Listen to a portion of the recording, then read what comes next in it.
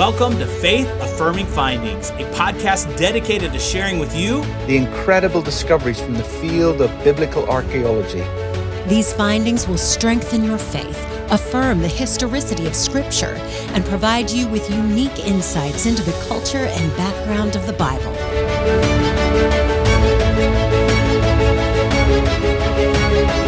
Now, here is your host, Associate Professor of Bible Exposition at Dallas Theological Seminary, Dr. Paul Weaver.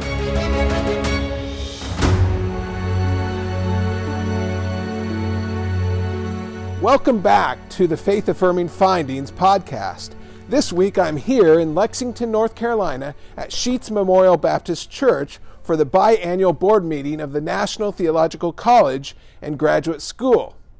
The National Theological College and Graduate School is a program doing incredible work training pastors, missionaries, teachers, and evangelists for the Church of Jesus Christ in the Middle East and East Africa. To learn more about the National Theological College and Graduate School, please visit ntcgs.org.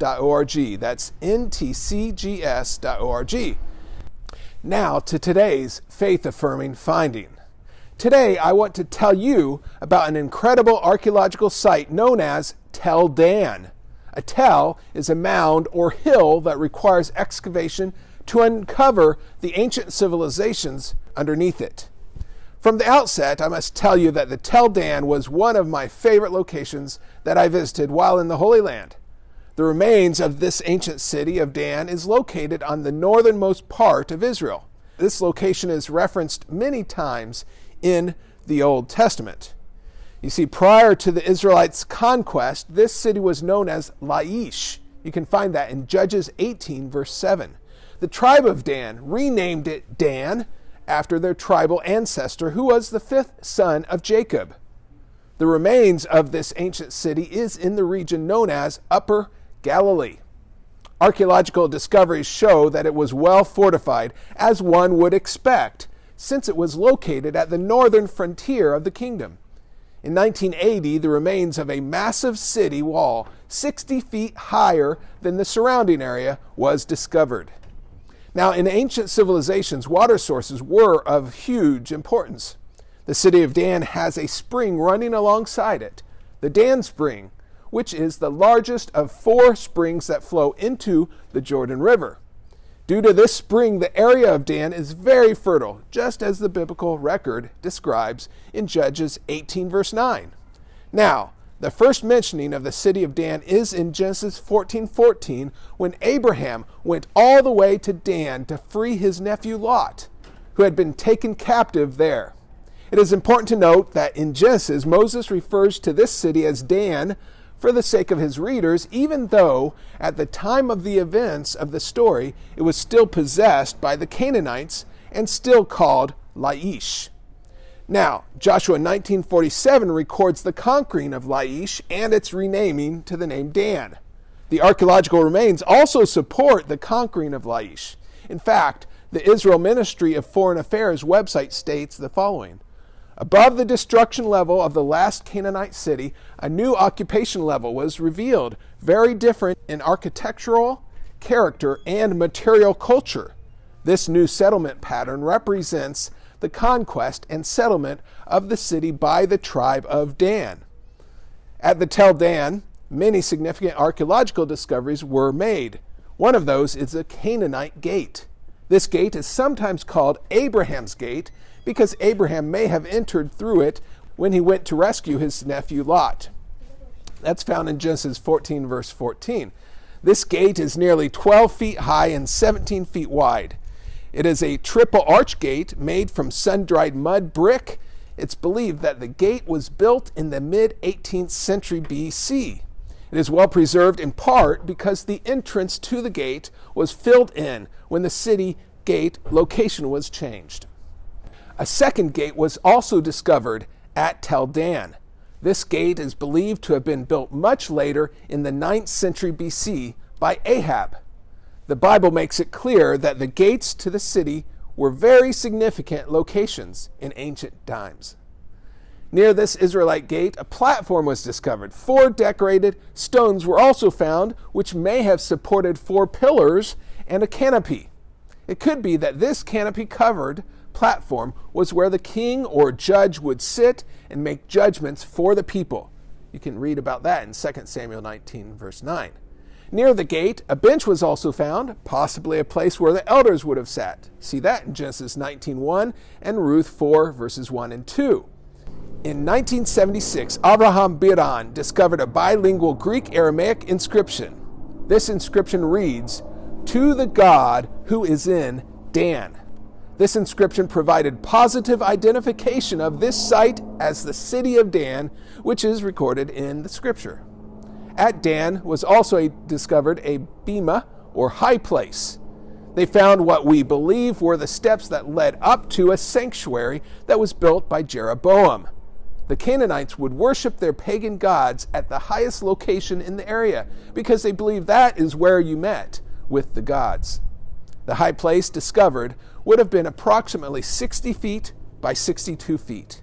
Here, the golden calves would have been located and worshipped. Archaeologists now think the platform was roofed. Steps are found leading up to the bema, and in front of this ancient pagan temple, a horned altar was discovered. The scripture records that idol worship did indeed take place in the city of Dan. Jeroboam I established a pagan worship center there. This is described in 1 Kings 12, verses 26 through 29. Randall Price, an archaeologist and research professor at Liberty University, correctly calls this pagan worship center the most dangerous site in the country. The reason being, it is what caused the anger of God to fall on the nation of Israel. Their idolatry, as predicted by Amos in Amos 8:14, would be their destruction. The city of Dan would eventually be conquered by Ben-Hadad, as recorded in 1 Kings 15:20 and 2 Chronicles 16:4. The city was later destroyed during the conquest by the Babylonians. In addition to these, many other objects used in pagan worship were discovered.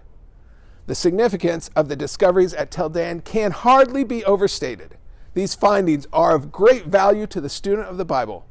One discovery may be written off as coincidental or circumstantial, but all of the lines of evidence brought together builds an incredibly strong case for the historicity and reliability of Scripture. None of these discoveries controverted the biblical count. The very opposite is true. They clearly affirm it.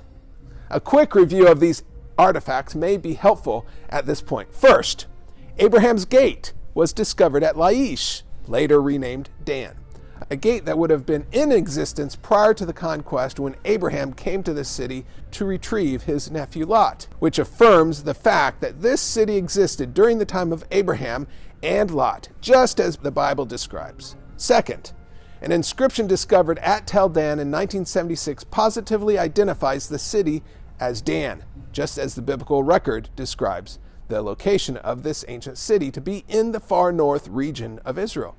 Third, the massive 60 feet fortified walls were discovered in 1980, which is expected of a city on the border of the kingdom, which is the biblical description.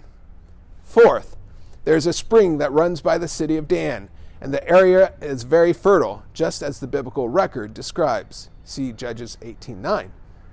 Fifth, the archaeological strata provides clear evidence of a destruction that occurred at the same period of time when the Israelites would have conquered Laish and renamed it Dan. See Judges 18:29.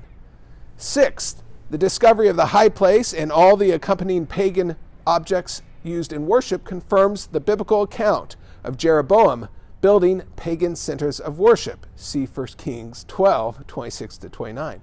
And seventh, an Israeli gate, not to be confused with Abraham's gate, was discovered along with a platform, a bench, and erect stones, all aligns perfectly with the biblical description of the importance and function of the city gates. See 2 Samuel 19:9, Genesis 19:1, Ruth 4:1-2, 2 Kings 23:8.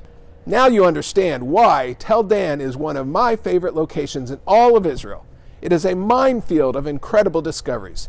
And all of these discoveries are truly faith-affirming findings. They affirm what we already know to be true, that the Bible is historically reliable and worthy of our careful study. But there is one more incredible discovery that I failed to mention, and that is the House of David inscription. But you'll have to return next week to learn more about it.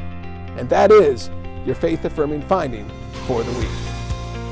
Faith Affirming Findings podcast is a listener-supported podcast devoted to affirming your faith in the reliability of Scripture and illuminating your understanding of Scripture. If you would like to help sponsor the Faith Affirming Finding podcast, You can make a tax-deductible donation of any amount, large or small, at faithaffirmingfindings.com. That's faithaffirmingfindings.com and click on the Give tab. We hope you'll join us again next week for another exciting faith-affirming finding.